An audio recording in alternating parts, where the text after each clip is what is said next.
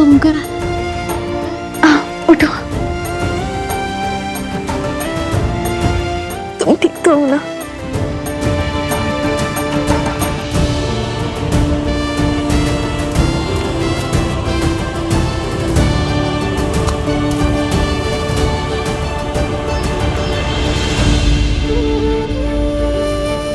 नहीं माता, वहां मत जाइए,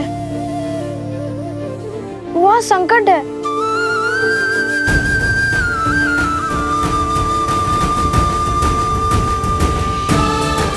निश्चिंत रहो पुत्र, मैं तुम्हारे साथ हूं।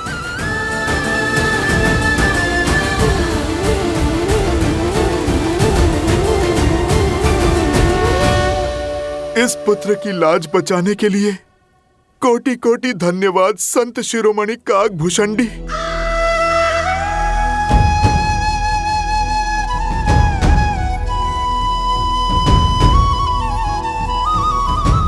एक संघर्ष समाप्त हुआ, किंतु कई संघर्ष अभी भी शीश उठाए खड़े हैं।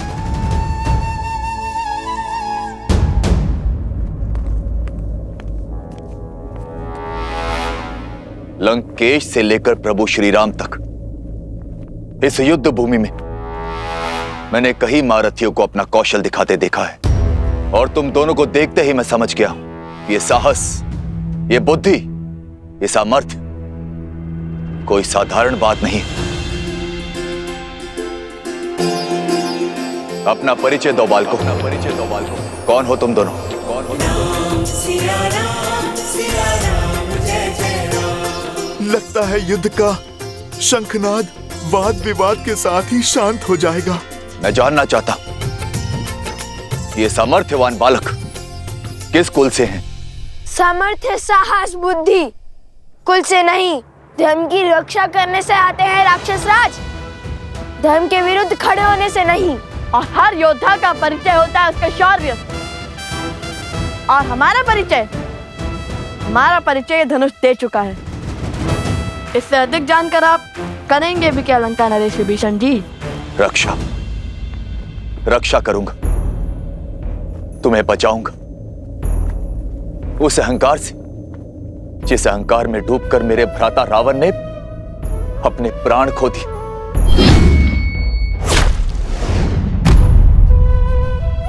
मैं हमेशा उन्हें समझाता रहा, उन्हें धर्म के मार्ग पर लाने का प्रयास करता रहा, किंतु मेरे भाई ने मेरी एक न सुनी और उस अहंकार में अपने प्राणों से हाथ धो बैठे।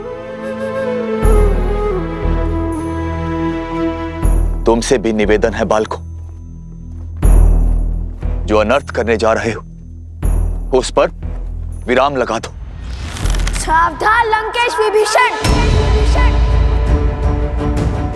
हमारे पवित्र उद्देश्य को उस पापी रावण से जोड़ने की भूल मत कीजिए। हमारा लक्ष्य धर्म संगत है। समय निकला जा रहा है। यदि अश्वमेध यज्ञ विधिवत पूर्ण न हुआ तो महर्षि राम की ख्याति पर प्रश्न चिन्ह लग जाएगा। ले जाइए वानर राज सुग्रीव को और शीघ्र श्री राम को युद्ध के लिए भेजिए।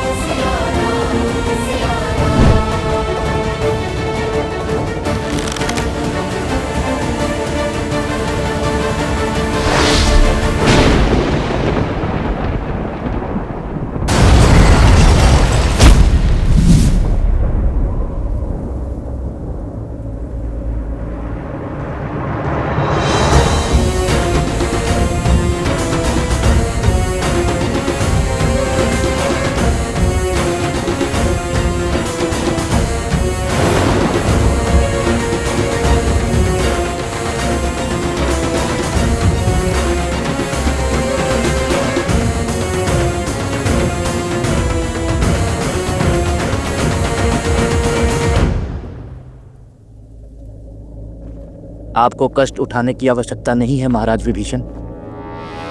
इन उद्दंडियों को दंडित करने के लिए तो मैं ही पर्याप्त हूं।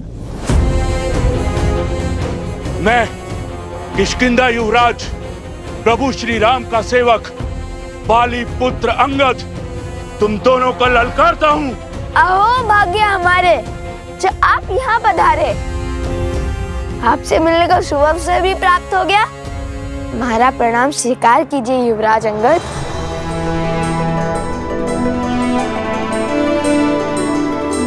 आपने जो रावण के दरबार में किया उसका विवरण हम कभी सर्वथा उचित ढंग से नहीं कर पाएंगे। सदैव आपसे भेंट की आशा थी हमें। किंतु नियति का खेल तो देखिए युवराज, प्रथम बार आप जैसे शूरवीर से युद्ध होगा और प्रथम बार आपको पराजय का स्वाद चखना होगा। कितनी दुख की बात है ना।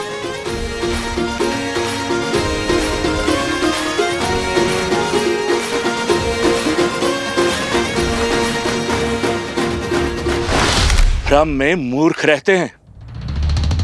मैं युद्ध करूंगा, वो भी तुमसे।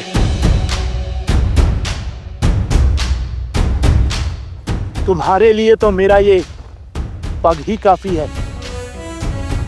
ये वो पग है जिसे महाबली रावण भी हिला नहीं सके थे, चाहकर भी राम काज रोक नहीं सके थे। यदि तुम दोनों मिलकर मेरे ये पग हिला सको तो कदाचित तुम्हें मुझसे युद्ध करने का अवसर प्राप्त हो जाए, और यदि असफल रहे तो अश्व को इसी क्षण छोड़ दोगे। आप भूल रहे हैं युवराज, अभी काज श्री राम का था और आज भी श्री राम का है। किंतु उस दिन धर्म का पग था जिससे रावण का अभिमान न हिला सका। आज अभिमान से भरा पग जमा है। हम धर्म सेवक इसे अवश्य उठाएंगे, क्योंकि इस बार धर्म हमारे साथ है। इसका निर्णय अभी हो जाएगा। आओ और दिखाओ अपना बल।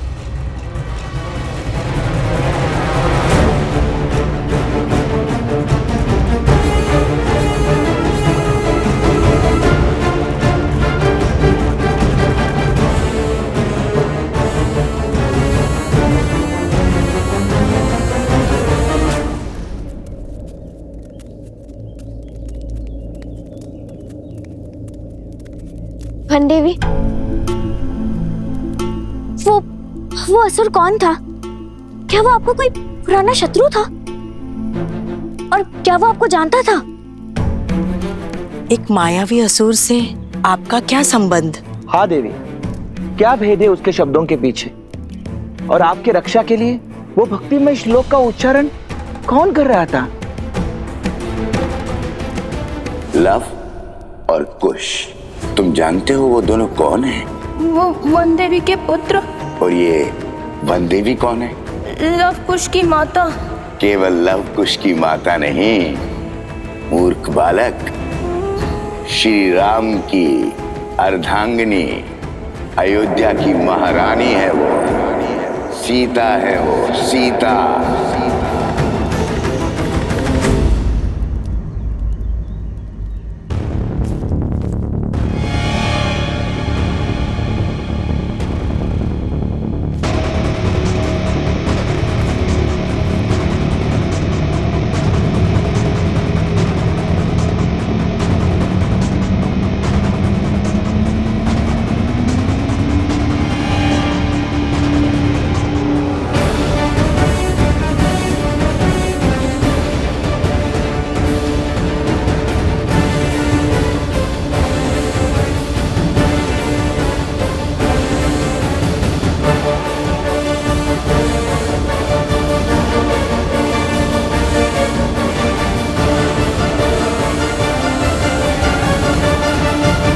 हे माता, अभिमान के इस पग को हिलाने की शक्ति देना।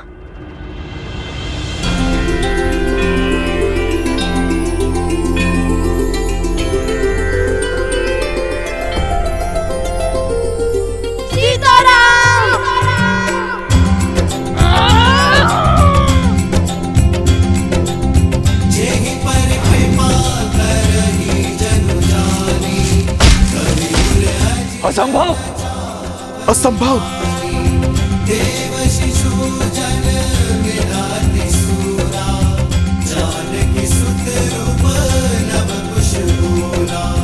कहा था ना मेरे अनुज ने, इस बार धर्म हमारे साथ है, वन देवी के पुत्रों के साथ।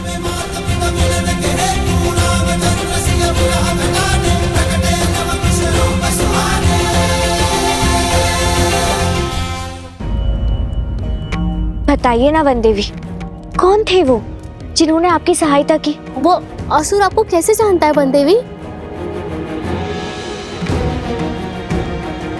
जो हुआ भगवान वाल्मीकि की महिमा से हुआ प्रसूता। और गुरुदेव, और रही बात मेरे परिचय की, तो मेरे जीवन का हर भेद स्वयं भगवान वाल्मीकि जानते हैं।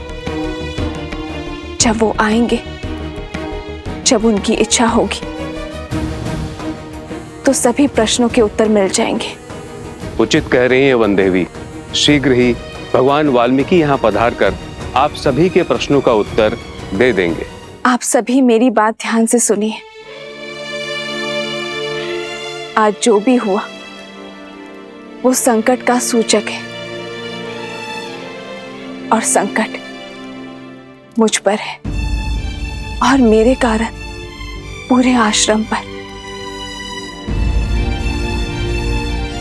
क्षमा मांगती हूं मैं आप सबसे, किंतु इस समय मेरे परिचय से अधिक महत्वपूर्ण आश्रम की रक्षा करना है। मैं जानती हूं आप सब मेरी चिंता करते हैं, परंतु मेरे लिए सबसे महत्वपूर्ण आप सबकी सुरक्षा है। इसलिए मेरी आप सबसे विनती है कि आज के बाद आश्रम के बाहर कोई भी बिना बताए ना जाए।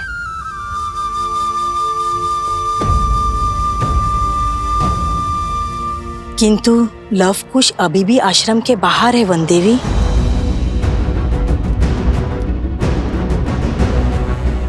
लवकुश, कहिए, अब तो देंगे युद्ध का अवसर।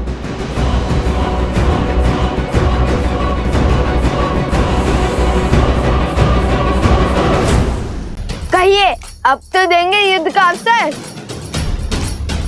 हम भी तो देखे कि जिसके प्रहार ने लंका के हर असुर के मन में भय भर दिया था, उसमें भला कितना बल है।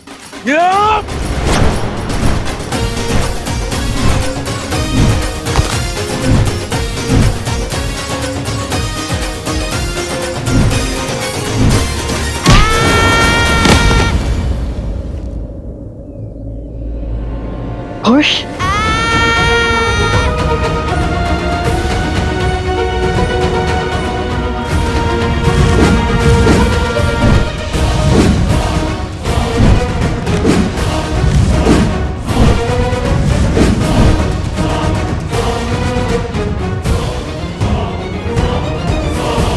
अब भी समय है बालको, दे दो अपना पूरा परिचय। शांति से हर समस्या का हल निकल सकता है। हम भगवान वाल्मीकि के शिष्य माता वन देवी के पुत्र लवकुश हैं, और यही हमारा परिचय है।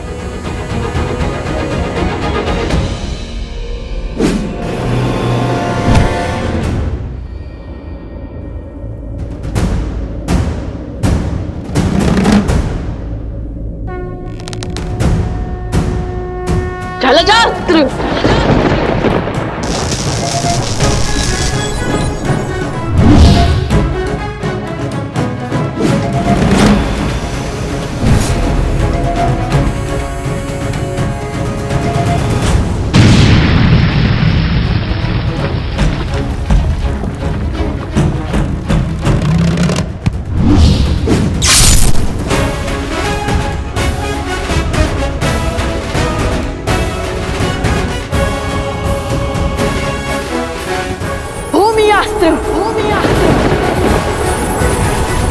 युवराज अंगद है तो प्रभु श्री राम के पक्ष में, किंतु प्रभु श्री राम काज के लिए हमें इन्हें भी रोकना ही होगा।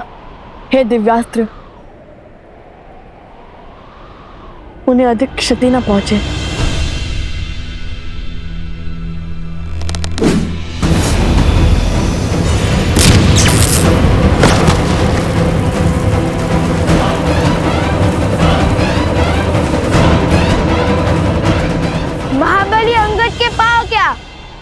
स्वयं संतुलन खो बैठे। आपकी बारी आ गई है महाराज विभीषण।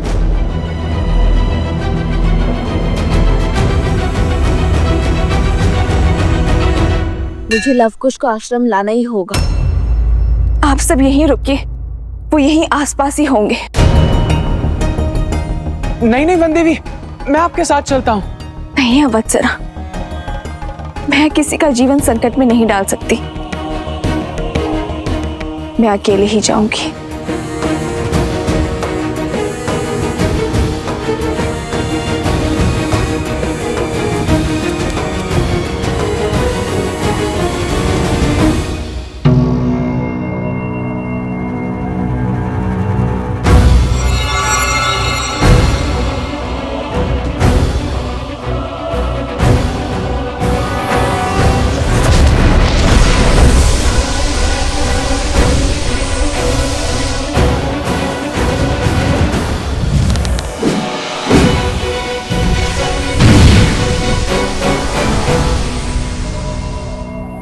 कुश, इन सब का युद्ध कौशल तो राम कथा से जानते थे हम, किंतु ये तो ज्ञानी भी है और पराक्रमी भी। इनके युद्ध कौशल से तो अनभिज्ञ है हम।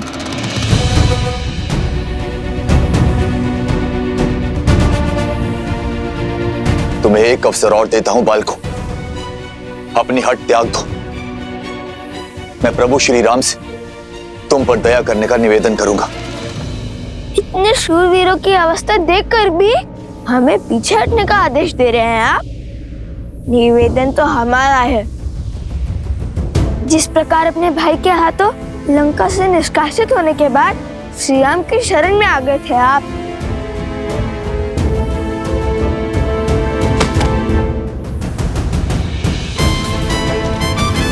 इसी प्रकार हम भी आपको युद्ध का विकल्प त्याग कर महाराज राम तक युद्ध का प्रस्ताव पहुंचाने का अवसर देते हैं।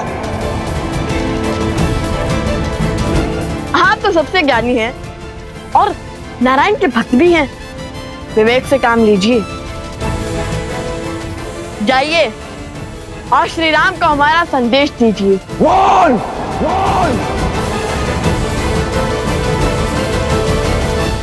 ये तो क्रोध से फुफकारने लगे और क्रोध ज्ञान पर आवरण डाल देता है और इनके ज्ञान की सौगंध तो संपूर्ण संसार खाता है। बल के साथ साथ बुद्धि के भी धनी हो बालकों। ज्ञानी को क्रोध दिलाकर व्याकुल कर रहे हैं, किंतु कहीं क्रोध का आवेग विभीषण जी से कुछ अनिष्ट ना करवा बैठे।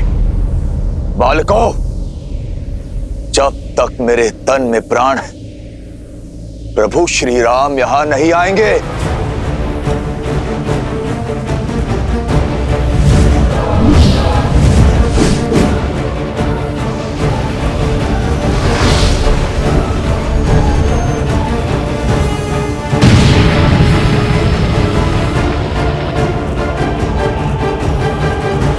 युद्ध टालने का हर संभव प्रयास किया मैंने, किंतु तुम दोनों ने मुझे विवश किया युद्ध करने के लिए।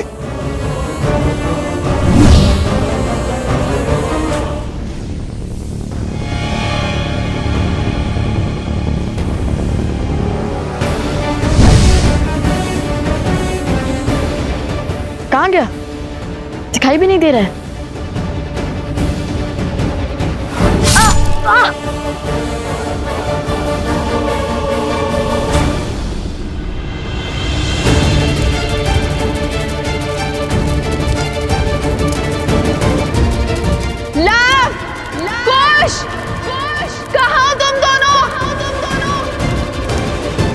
कुश की सुरक्षा चक्र में हमें न और क्रोध मिलाना होगा। कुश, हमें इस सुरक्षा कवच से बाहर निकालना होगा इन्हें।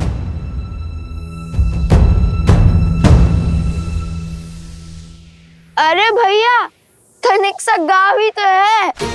मैं ना कहता था महाराज विभीषण के पास इन छोटे मोटे अस्त्रों के अतिरिक्त और कुछ नहीं है। इनके भाई ने भी इसलिए निकाल भार दिया इन्हें। अब महान धनुधर श्री राम और लक्ष्मण के समक्ष धनुष उठाने की क्षमता तो इनमें होगी ही नहीं। इन तुच्छ अस्त्रों से कौन सा युद्ध जीतेंगे ये? यदि इनमें इतना सामर्थ्य होता तो लंकेश इन्हें यूं जाना थोड़ी ना देते। सावधान! वो दंडी बालकों, तुम्हें लगता है मैं धनुष नहीं उठा सकता? ऐसे मेरे नहीं, आप ही के मुख से निकला है महाराज।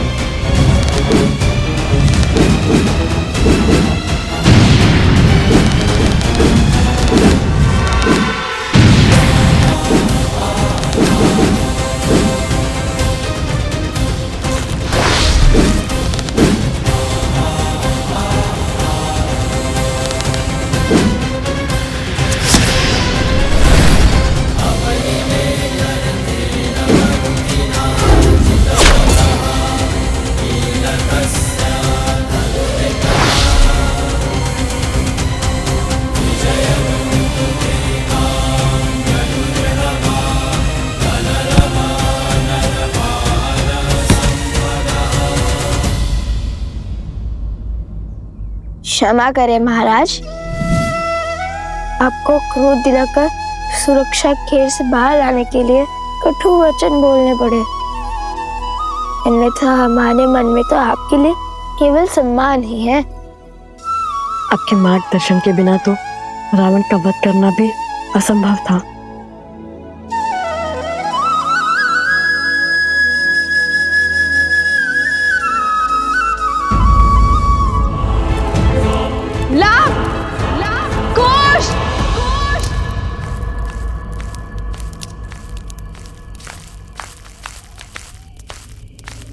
कौन है? कौन है वहां?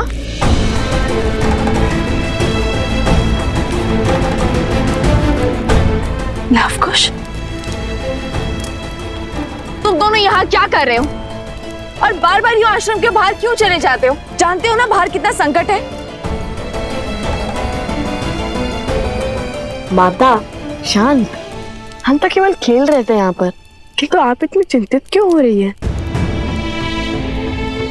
ये क्या है? क्या हुआ ये ला? वो कुल्हाड़ी से चोट आ गई थी तनिक सी। समझ गई, तुम दोनों लकड़ियां काट रहे थे ना?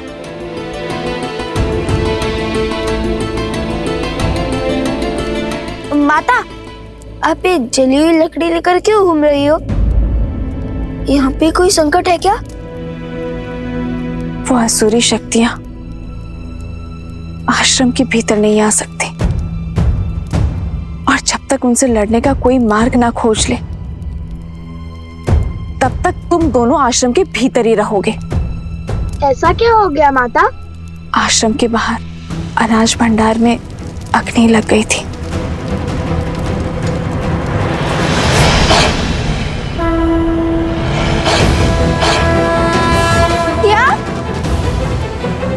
शीघ्र ही भीतर चलिए माता, रात्रि अधिक हो गई है। चलो।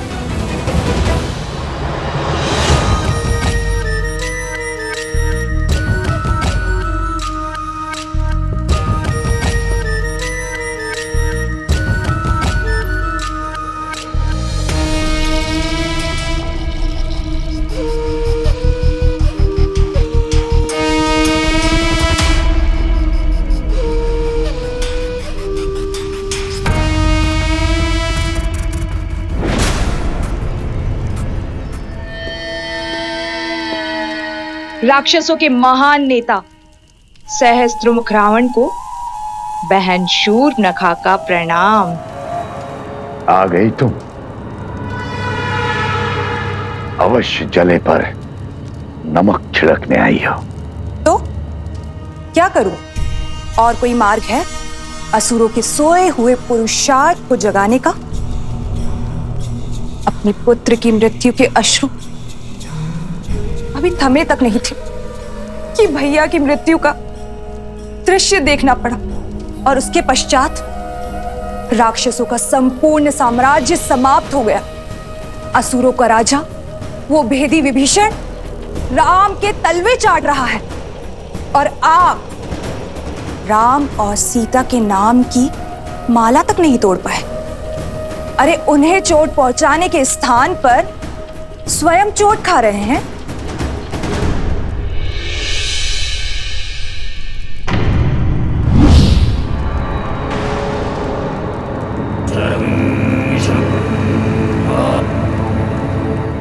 यदि मुझ पर कटाक्ष करके मन भर गया हो तो जाओ यहां से।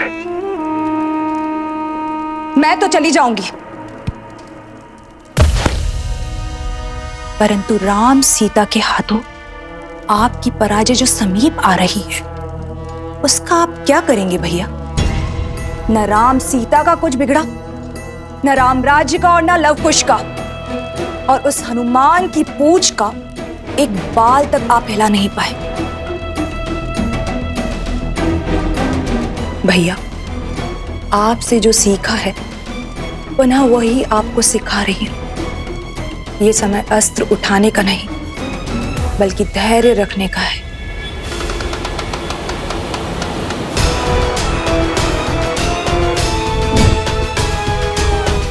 राम के भीतर लवकुश के विरुद्ध अग्नि भड़क चुकी है भैया, परंतु क्या उसके मन में उन बालकों के लिए इतना क्रोध है कि उस अग्नि से उन दोनों बालकों को जलाकर भस्म कर दे? श्री राम श्री राम श्री राम श्री राम श्री राम श्री राम श्री राम श्री राम।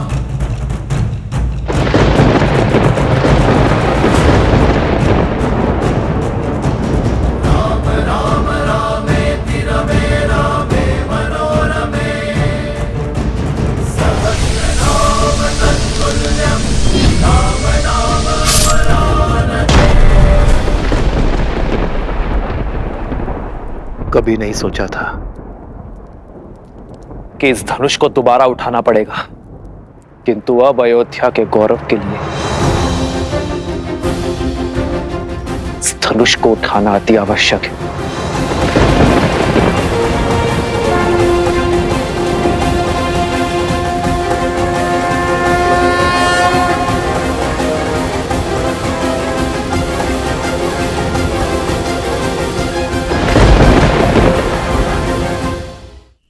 उचित कहा तुमने। अब तक मेरा ध्यान कहीं और था, इस विषय पर विचार ही नहीं किया मैंने। मैं कुछ समझा नहीं महाराज। भैया, मैंने राम को युद्ध में अनेकों असुरों का अंत करते हुए देखा है भैया। यदि उसके समक्ष अधर्म का शीश उठता है तो उसका क्रोध अनियंत्रित हो जाता है, और राम के क्रोध को हमें बढ़ाना होगा भैया। कुछ ऐसा करना होगा जिससे वो चाहकर भी अपने पग पीछे ना ले पाए, और हम चुपचाप बैठकर राम परिवार के अंत का और रघुवंशी के हाथों रघुवंश की समाप्ति का आनंद उठाएं।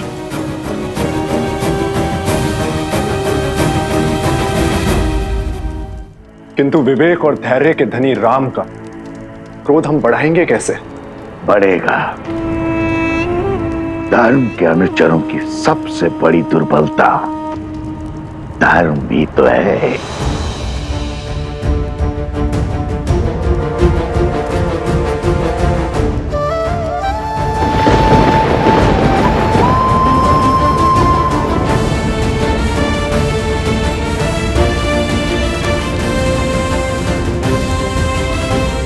आओ राम, आओ, स्वागत है तुम्हारा।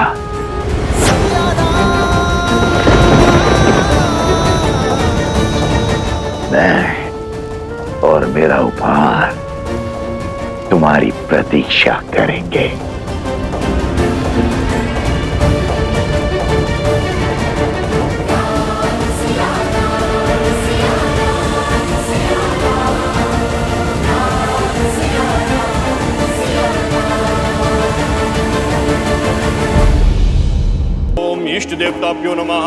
स्वाहा। ओम कुलदेवताभ्यो नमः स्वाहा।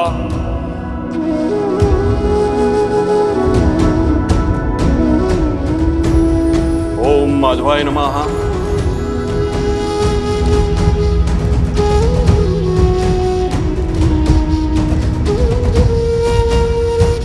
अश्विनस्य शीते पक्षे ताथोदये स कालो विषयो ये सर्वकार्यार्थ सिद्धये।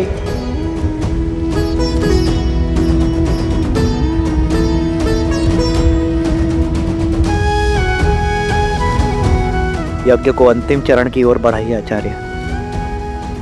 मैं अश्व की ओर बढ़ता हूं। शीघ्र ही हम दोनों की प्रतीक्षा का अंत होगा। सियावर रामचंद्र की, सियावर रामचंद्र की, सियावर राम, जय भव। सियावर रामचंद्र की।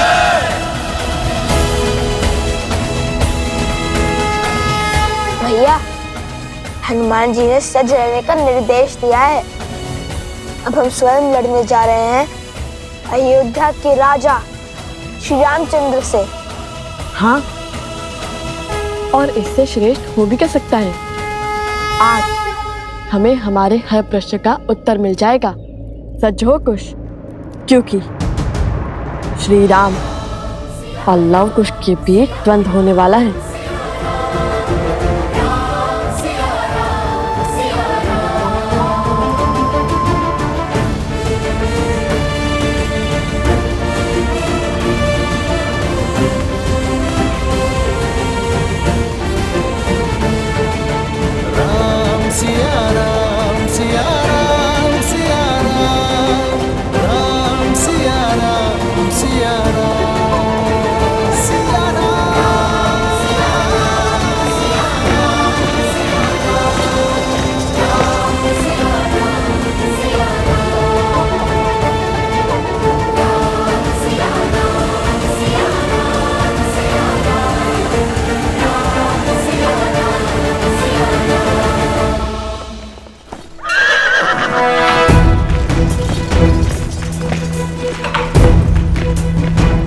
आर्य सुमंत,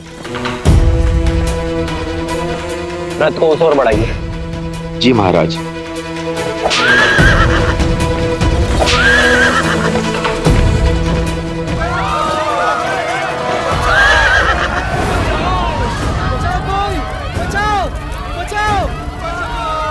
अरे अरे कोई पानी डालो, अरे शीघ्र नहीं, अरे कोई पानी डालो। पुत्र तुम कहाँ हो?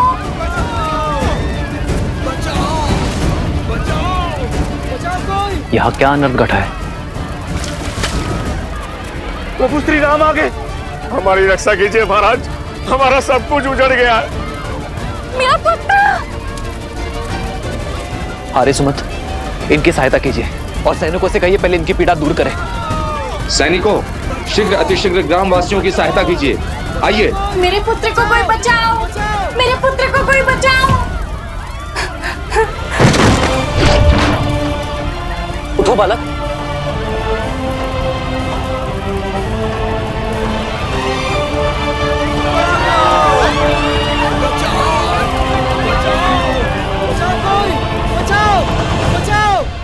ये सब कैसे हुआ भद्र? हम लोग अपने गांव में सुख से दिन प्रतिदिन के कार्य कर रहे थे, तभी चमकते सूर्य में ग्रहण के समान वो दो ऋषि कुमार आए। शीघ्र स्थान रिक्त करो। अब ये गांव हमारा हुआ और यदि किसी ने भी आनाकानी की तो उसका उत्तर हमारा धनुष देगा। कौन है आप और ऐसा कैसे कर सकते? हम कुछ भी कर सकते।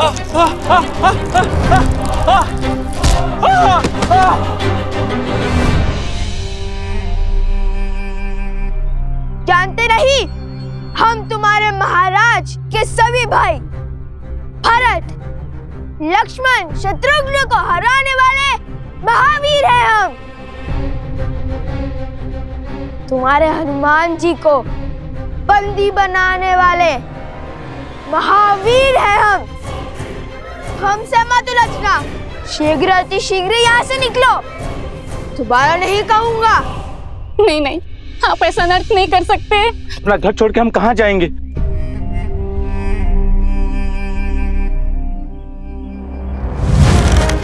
कहा था ना, दोबारा नहीं कहूंगा।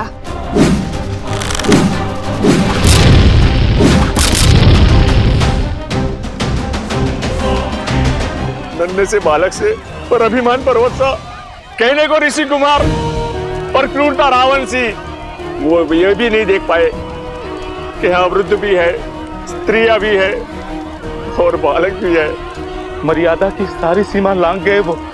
ये आघात हम पर नहीं है, राम राज्य पर है। आर्य सुमंत। जी महाराज। इसी क्षण अयोध्या से सहायता का प्रबंध कीजिए, घायलों के लिए वैद्यों का प्रबंध कीजिए और 7 आए सैनिक यही रहकर इनकी देखरेख करेंगे। जो आज्ञा महाराज।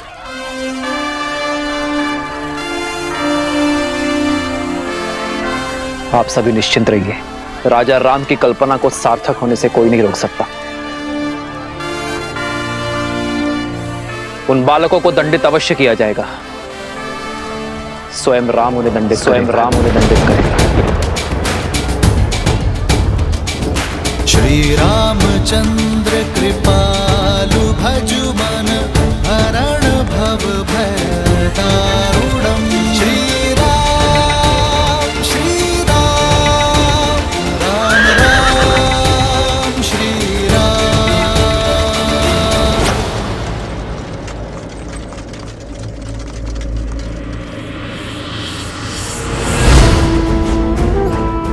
राम के क्रोध को बढ़ाने के लिए शूर्पणखा की ये युक्ति सफल रही। अब हमें कुछ नहीं करना, केवल आनंद से दर्शक बने रहना है, क्योंकि अपने परिवार और राम राज्य का अंत स्वयं राम के बाण ही करेंगे।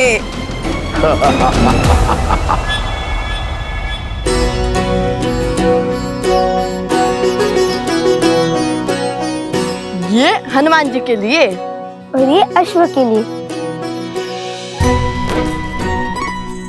इससे शुभ और क्या हो सकता है। आज हमें हमारी सारी दुविधाओं का हल मिल जाएगा। तो है।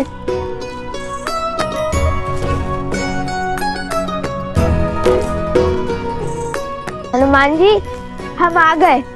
आपको भूख लगी होगी ना, हम आपके लिए स्वादिष्ट फल भी लाए हैं।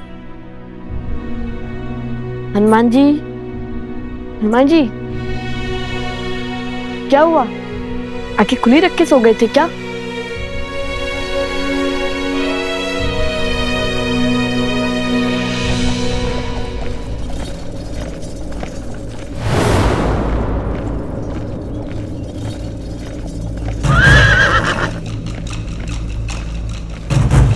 प्रभु। श्री रामम श्री रामम श्री रामम श्री राम श्री रामम श्री रामम श्री रामम श्री राम।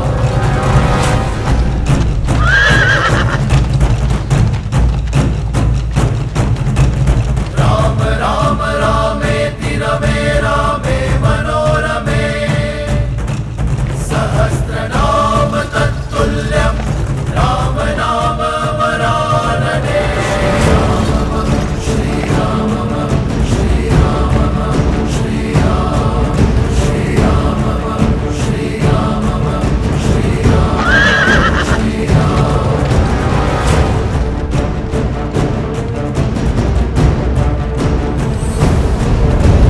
राम राम रामेति रमे रामे मनोरमे सहस्रनाम तत्तुल्यं राम नाम वरानने। इंद्रदेव, ये कैसा अनर्थ घटित होने जा रहा है।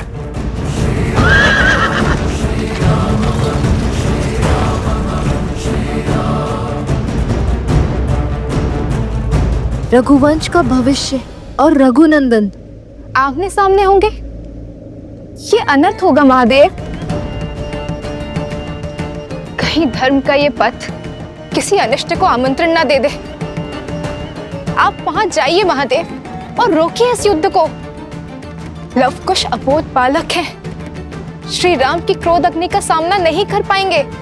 ये रामायण है देवी। श्री राम का आयन उनके जीवन का मार्ग है। भला इसमें महादेव कोई बाधा कैसे उत्पन्न कर सकते हैं?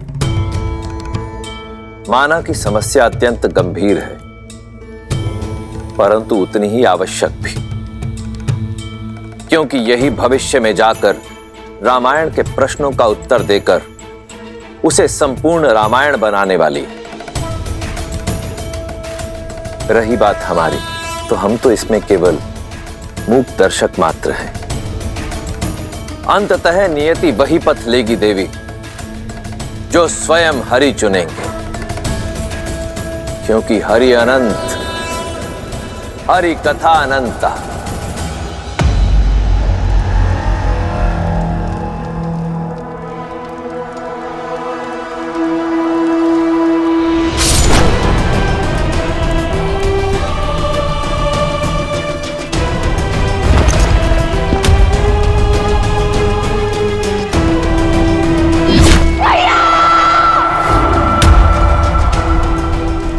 आज हर प्रतिशोध पूर्ण होगा।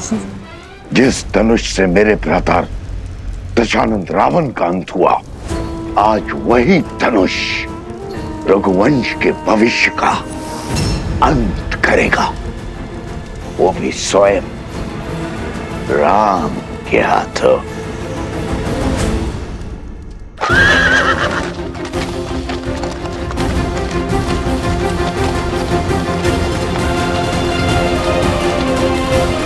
प्रभु श्री राम के रथ की गति उनके क्रोध की साक्षी है।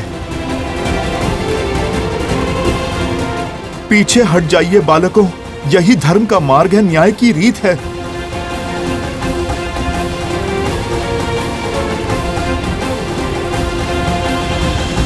आप रो क्यों रहे हनुमान जी? लव कुश मेरे ही पुत्र, मेरे ही पुत्र। लव और कुश अयोध्यापति श्री राम के पुत्र हैं, किंतु संसार को ये सत्य बताने का समय अभी नहीं आया। अब क्यों चिंता करते हैं? जो भी होगा हम उसका डट कर सामना करेंगे। और इस क्षण की तो कब से प्रतीक्षा थी हमें। अब वो समय आ गया है। ये समय भयभीत होने का नहीं, स्वागत करने का है। हमें तो ज्ञात था नियति एक ना एक दिन मोड़ अवश्य लेगी। आपको आपके किए का भान नहीं है। जो घट रहा है उसकी आपको समझ नहीं है। ये युद्ध नहीं होना चाहिए। मुझे अनुभूति हो रही है प्रभु कितने क्रोधित हैं। धर्म और न्याय के विनाश का सूचक है ये युद्ध।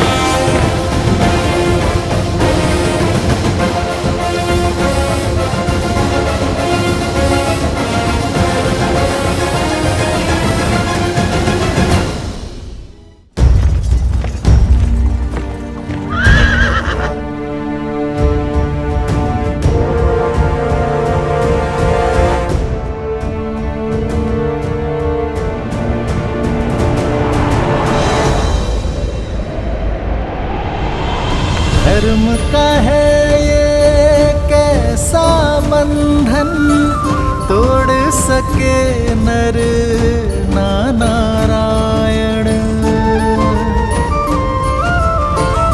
सच और सोच का द्वंद अनोखा, राम विरुद्ध है राम के नंदन। मोड़ अनोखा आया है कैसा, युद्ध न जाए ऐसा देखा। पिता चाहे रघुकुल का मान, सूत चाहे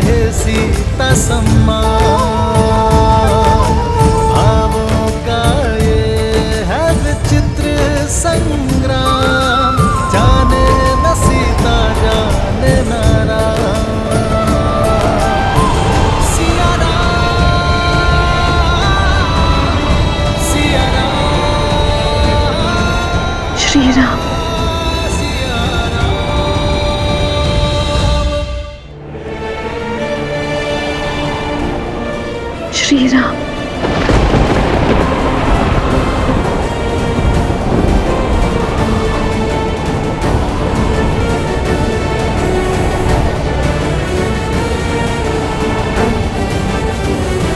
ये कैसी अनुभूति है?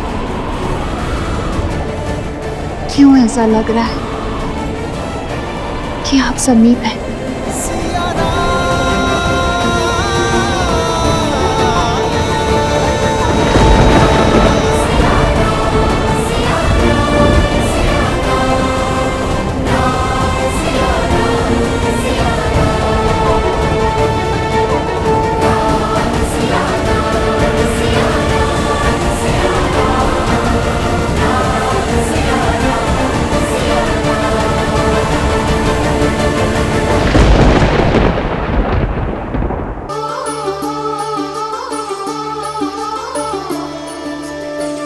धर्म का है ये कैसा बंधन, तोड़ सके नर ना नारायण। वृक्ष की शाखा बनी है कुल्हाड़ी, शत्रु रची बड़ी योजना। ये कैसी अनुभूति है? सिंह हुआ सिंह रक्त का प्यासा, शत्रु ने फेंका कैसा पासा। सरल नहीं कर्तव्य का पालन, ज्ञान यही देती रामायण। मौन हनुमान जानकी अनजान, देव चकित क्या होगा परिणाम। राम सिया राम सिया राम। वनदेवी, आपने मुझे बुलाया?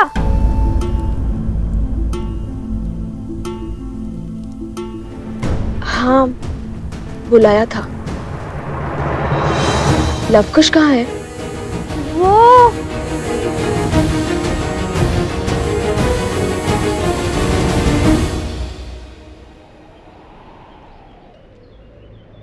देखो बालकों, स्वयं धर्म के रक्षक, न्याय की मूरत, स्वयं प्रभु श्री राम खड़े हैं आपके समक्ष। अब आप शस्त्र नहीं शब्द साधो, क्योंकि इस संसार की हर एक समस्या का समाधान प्रभु को अपना सब कुछ समर्पण कर देने में ही है। सब कुछ समर्पण तो माता सीता ने भी किया था। माता सीता को क्या लाभ हुआ?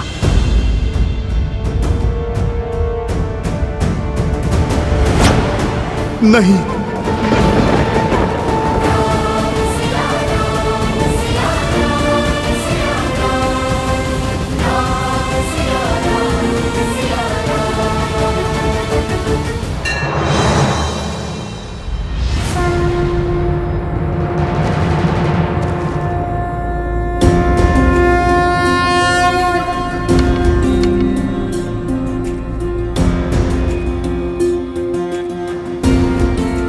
बहुत इच्छा थी तुम दोनों से पुनः भेंट करने की, परंतु इस प्रकार नहीं। मन में कई प्रश्न हैं जिन्हें सर्वप्रथम अयोध्या में धर्म का गान गाते सुना था तो मन में आदर उठा था। राम राज्य की हर कल्पना को साकार करते दिखाई दिए तुम दोनों। जहां गए असहायों की सहायता की, पीड़ितों की पीड़ा हरी, असुरी शक्तियों का विनाश किया। मन आतुरता तुमसे भेंट करने के लिए, तुम्हारी पीठ थपथपाने के लिए, परंतु अचानक धर्म के प्रतीक अश्व को रोककर राज्य के विरुद्ध क्यों खड़े हो गए तुम दोनों? मेरे भाइयों, मेरे साथियों को हानि पहुंचाई। कदाचित तुम दोनों को समझने में मुझसे भूल हो गई है। और अब जब यह युद्ध आवश्यक है तो अपने धनुष को नीचे रख दिया। क्या इसे भी तुम दोनों की कोई चाल समझूं मैं, या फिर यह समझूं कि तुम दोनों ने अपनी पराजय स्वीकार कर ली है और धर्म के आगे नतमस्तक होने के लिए सज्ज हो तुम दोनों? प्रश्न तो हमारे मन में भी है राम जी। जिन्होंने रावण का वध कर संसार को तारा, देवी अहिल्या को मुक्त करके समाज का उद्धार किया, जिसने मर्यादा का पाठ पढ़ा, मर्यादा पुरुषोत्तम बने।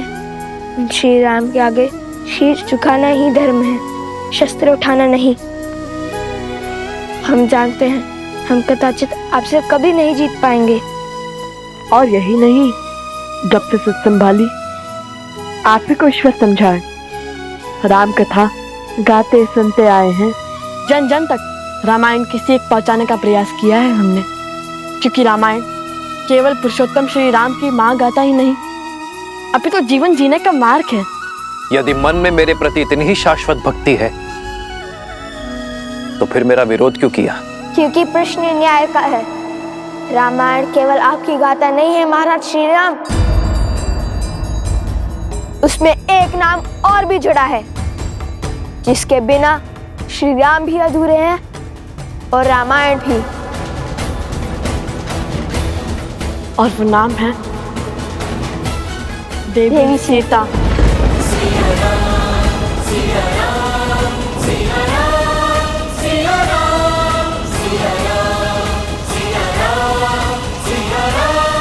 सीता, हमारा उद्देश्य आपसे युद्ध करना नहीं बल्कि अपने प्रश्नों के उत्तर पाने का है।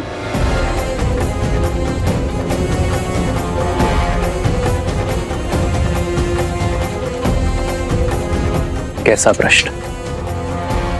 वो प्रश्न जो हर उस जन के मन में है जिसने रामायण पढ़ी, सुनी या घटित होते हुए देखी। वो प्रश्न जिसका उत्तर ना मिला तो रामायण की कथा को कभी संपूर्ण नहीं होने देगा।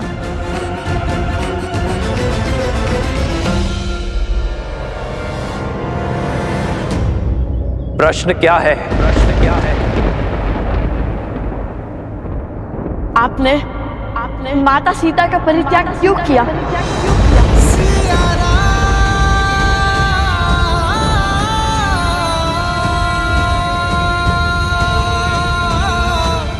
उत्तर दीजिए श्री राम, जो ग्रंथ है जग में सबसे पावन, जिसने सिखाया जलाना भीतर का रावण, जिसका आधार शुभ कर्म है, जिसने प्रेम दिया, ममता और त्याग समर्पण का मर्म है, पर जिसके अंत में प्रश्न बढ़ा जो हमारे मन में शीश ताने खड़ा।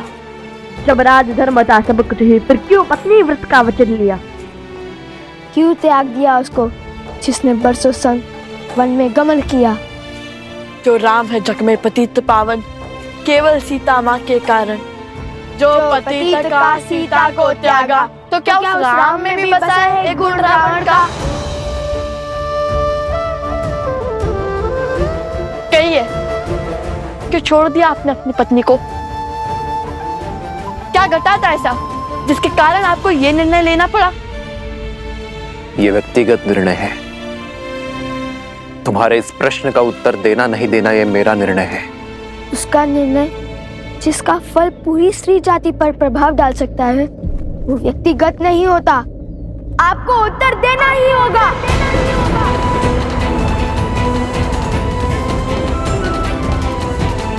प्रश्न केवल हमारे मन में नहीं, अभी तो सदियों तक लोगों के मन में उठेंगे। सब इसका उत्तर जानना चाहेंगे। हमारे मन में जो आपकी छवि है, उसे जोड़ने का यही एक अवसर है। प्रभु श्री रामचंद्र के भाल पर ये तिलक नहीं, कलंक समान है। कलंक तो अवश्य रहेगा ये सदियों तक। इसका अर्थ ये नहीं कि आप इसका उत्तर ना दें। राजा पिता होता है प्रजा का, और इनके पुत्र मन में एक प्रश्न लेकर आए हैं, तो क्या पिता अपने पुत्रों के प्रश्नों का समाधान नहीं करेगा? ये निर्णय एक राजा और एक महारानी का था।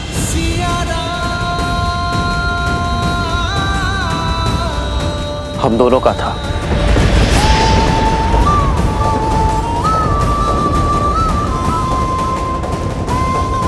मुझे पूरा विश्वास है कि ये निर्णय केवल श्री राम का नहीं, अभी तो सीता राम का है। तुमने अपना धनुष हटाकर, शीश झुकाकर मर्यादा और धर्म के अनुसार यह प्रश्न मुझसे पूछा है, और एक राजा होने के नाते ये मेरा दायित्व है कि मैं तुम्हारे प्रश्नों का उत्तर दूं। तुम दोनों जानना चाहते हो ना कि अयोध्या के भीतर क्या हुआ था? तो सुनो। सतीत्व की दुहाई देने वाली आज मुंह छिपा कर क्यों जा रही है? दशानन जैसा बलि जिसे पाना चाहे उसे छोड़ कैसे सकता है? यदि हमारे रघुवंशी ऐसा समाज बनाना चाहते हैं जहां स्त्रियों की त्रुटियों पर पर्दा डाला जाए, तो ऐसे तो हम दूसरे नगर में पहुंच जाएंगे भाई। मैं मर्यादा पुरुषोत्तम राम नहीं हूं। मैं ऐसी स्त्री को नहीं अपनाऊंगा जो किसी अन्य पुरुष के साथ रहकर आई हो। हम दोनों अपने राज्य का परित्याग कर देंगे तो ना ही कोई प्रश्न उठेंगे और ना ही कोई उत्तर की अपेक्षा करेंगे। हम दोनों नहीं, केवल मैं आ रहे हूं। जिस क्षण महाराजा राम महारानी सीता को त्यागेंगे, उसी क्षण अयोध्या के सब दुख मिट जाएंगे।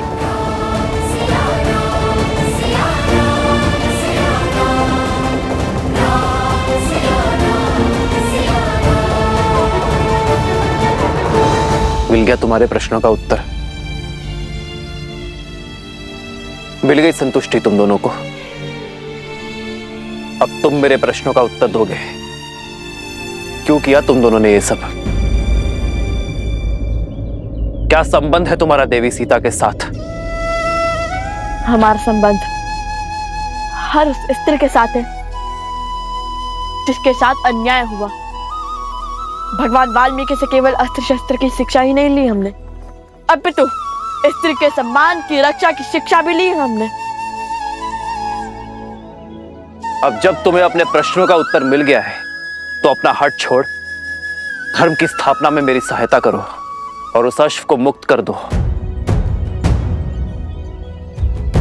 हाँ पुत्रो, अश्व प्रभु को लौटा दो। अब तो आपके मन का हर संदेह मिट गया ना?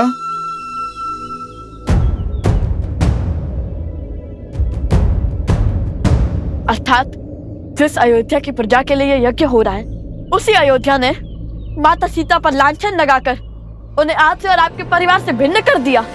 आपसे सुख, संपदा और वैभव सब छीन लिया। जिस स्त्री ने बिना एक प्रश्न किए 14 वर्ष आपके साथ वनवास स्वीकारा, जिसने रावण के पास से निकलते ही अग्नि परीक्षा का दंश भोगा, उस पवित्र देवी सीता पर इतना घोर लांछन लगाने वाली प्रजा को आपने दंड तक नहीं दिया। आपने उन्हें शांत करने के लिए माता सीता से भिन्न होना चुना। प्रजा के मुख में पत्नी का हर समर्पण भूल गया।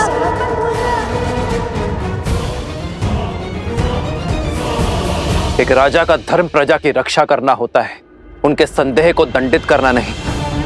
राजा का धर्म उसकी प्रजा को उचित मार्ग पर ले जाना होता है, उन्हें अपराधी बनाना नहीं। स्वीकार लिया कि अद्भुत है चाचा राम और उनका न्याय, किंतु क्या कर्तव्य की डोर केवल अयोध्या के राजा राम से बंधी थी, माता सीता के पति से नहीं? वो वन वन भटकती फिर रही होंगी, आप महलों में रहने वाले, रथों पर चलने वाले। क्या आपको देवी सीता का दुख का आभास नहीं हुआ? लवकुश, मेरे प्रभु से बात शब्द साध कर करो। आधा ज्ञान सबसे घातक होता है। आधा ज्ञान? अरे अपनी आंखों पर से भक्ति की पट्टी हटाइए हनुमान जी। पट्टी तुम्हारी आंखों पर है। जो मैंने देखा है वो ना आपने जाना है और ना ही अयोध्या की प्रजा ने। अपना राजा होने का दायित्व निभाते हुए माता सीता के पति होने की भागीदारी से विमुख नहीं हुए हैं मेरे प्रभु श्री राम। राजवस्त्र और राज दायित्व उतारकर सदा वलकल धारण किया है मेरे प्रभु श्री राम ने। राजभोग को त्याग कर कंद मूल खाए हैं प्रभु ने।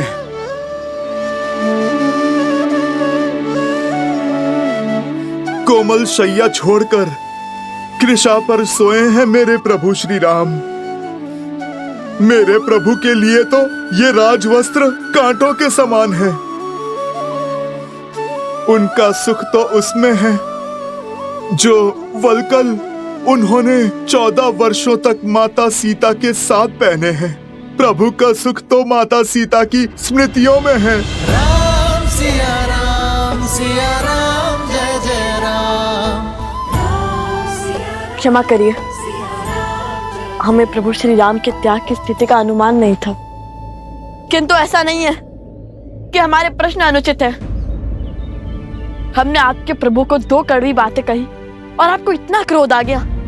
सोचिए, जब हमें माता सीता के दुख की सूचना मिली होगी तब हमें कितना क्रोध आया होगा। वे वन अकेली फिर रही होंगी, अपनों से दूर, अपने श्री राम से भिन्न।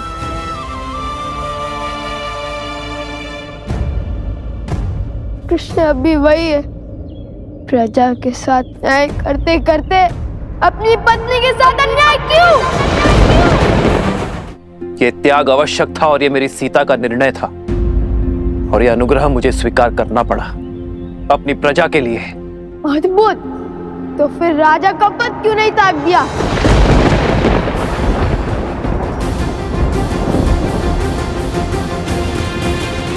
इच्छा यही थी, पर मेरी सीता ने मुझे स्मरण करवाया कि मैं उस कुल का वंशज हूं जहां प्राण देकर भी वचन निभाया जाता है, और मैं अयोध्या के सिंहासन को अपनी निष्ठा का वचन दे चुका था। लवकुश, संसार में प्रकाश तब होता है जब सूर्य की किरण उससे दूर जाती है। वर्षा की बूंदें जब मेघ को त्यागती हैं, तभी धरा की प्यास बुझती है। मैं उस वंश से हूं जहां महाराजा हरिश्चंद्र ने अपनी प्रजा और अपने वचन के लिए अपनी पत्नी और पुत्र तक को चांडाल को बेच दिया था। रघुकुल की रीत निभाई, किंतु आधी महाराज। मौन।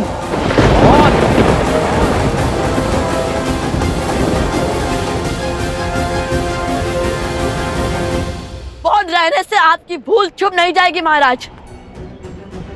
मत भूलिए कि आप उस कुल के वंशज हैं जहां महाराज दशरथ ने अपनी पत्नी के मांगे अनुचित वचन को भी निभाया, और उसमें आप भी ने उनके सहयोग किया, वो भी प्रजा के विरुद्ध जाकर, क्योंकि पत्नी भी आपकी प्रजा थी जिन्हें महाराज ने वचन दिया था। जब आपने रावण की लंका पर चढ़ाई की, इसलिए नहीं कि प्रश्न आपकी पत्नी का था, इसलिए क्योंकि ये अयोध्या की प्रजा के मान पर प्रहार था।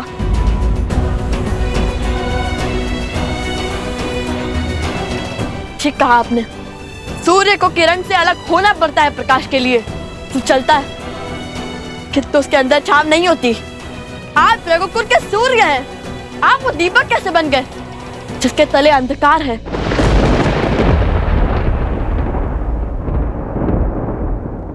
मेरी सीता का त्याग जिसने ना जाना, उसने राम को संपूर्ण जाना ही नहीं।